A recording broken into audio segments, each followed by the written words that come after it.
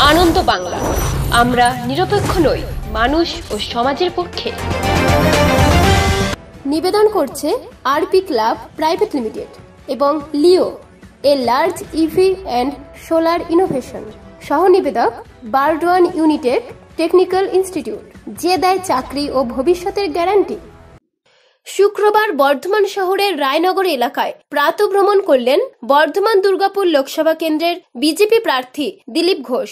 এদিন রায়নগর এলাকায় সাধারণ মানুষের সাথে কথা বলেন দিলীপ বাবু, পাশাপাশি চায় পে চর্চায় যোগ দেন তিনি। এদিন দিলীপ বাবু সাংবাদিকদের মুখোমুখি হয়ে বলেন,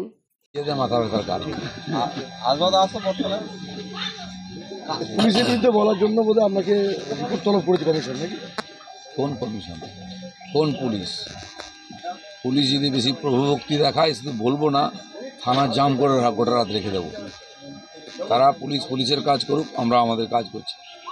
তারা যদি রাজনীতি করতে আসে তারা রাজনীতিকভাবে তাদের মোকাবিলা করবে।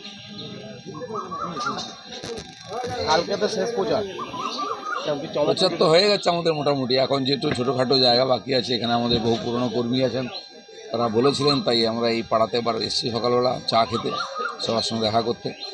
বাকি প্রচার চলছে, দু একটা বড় প্রোগ্রাম আছে, গ্রামের দিকে কিছু বাজার আছে, আজকে রোড শো হবে আর কালকে হবে।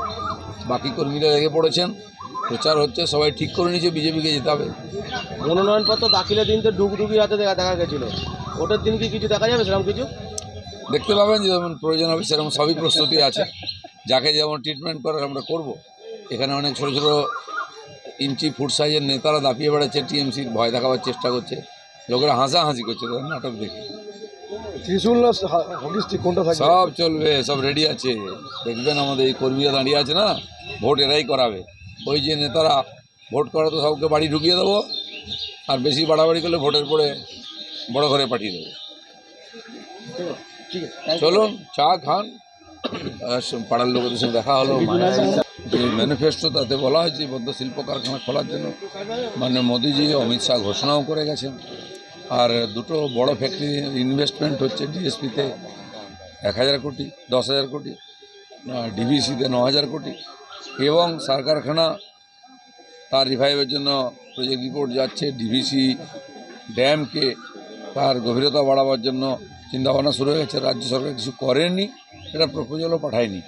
মন্ত্রী মেঘওয়াল যেখানে বসে আছেন তিনি নিজে পরিদর্শন করছেন, ঘুরে ঘুরে রিপোর্ট পাঠাচ্ছেন। বিভিন্ন রাজনৈতিক দল প্রচার করছে ভোটের আগে, কিন্তু সেভাবে শিল্পের জন্য প্রচার দেখা যাচ্ছে না। শিল্পের গলা টিপে মেরে দিয়েছে যারা সিপিএম টিএমসি, তারা কি বলবে? আর বলার কী আছে? বলবো আমরা, করবো আমরা। প্রচুর জমি আছে রাজ্যে যেখানে শিল্পের জন্য অধিগ্রহণ করে রাখা আছে, কিন্তু কেন শিল্প আসে না? জমি থাকা সত্ত্বেও সেই জমিতে প্রমোটিং হচ্ছে এখন টিএমসি।